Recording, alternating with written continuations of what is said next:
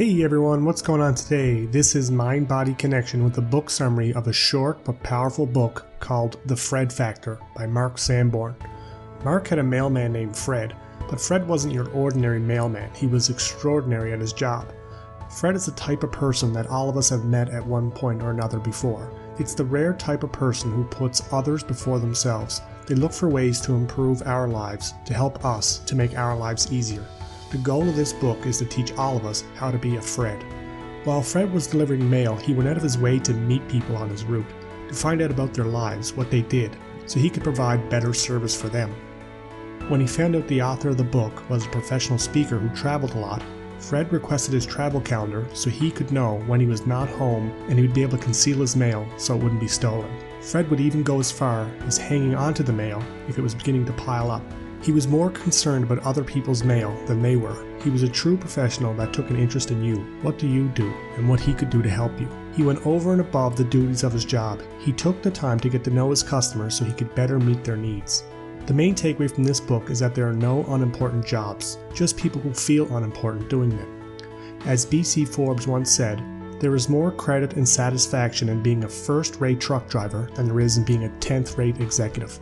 So ask yourself, what can you do at your job to be a Fred? In other words, what can you do to go over and above what anyone expects of you? You don't need a new job to do this. We can all think of things that we can do to be more helpful, where we can anticipate the needs of others and do more to help others than anyone expects. Another key takeaway from this book is that Fred wasn't like this to gain any reward or praise. He just did it because he was the type of person that it didn't matter what job he did, whether it was noticed or not. He wanted the self-satisfaction in knowing he was doing all he could do to help others.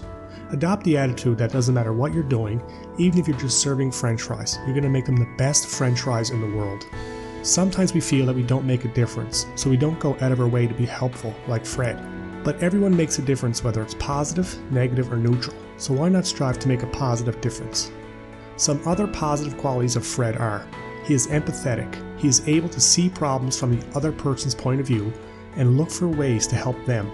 He was able to listen and anticipate the needs of others in advance and have a solution ready. He injected his personality into his work. He tried to make each day his masterpiece.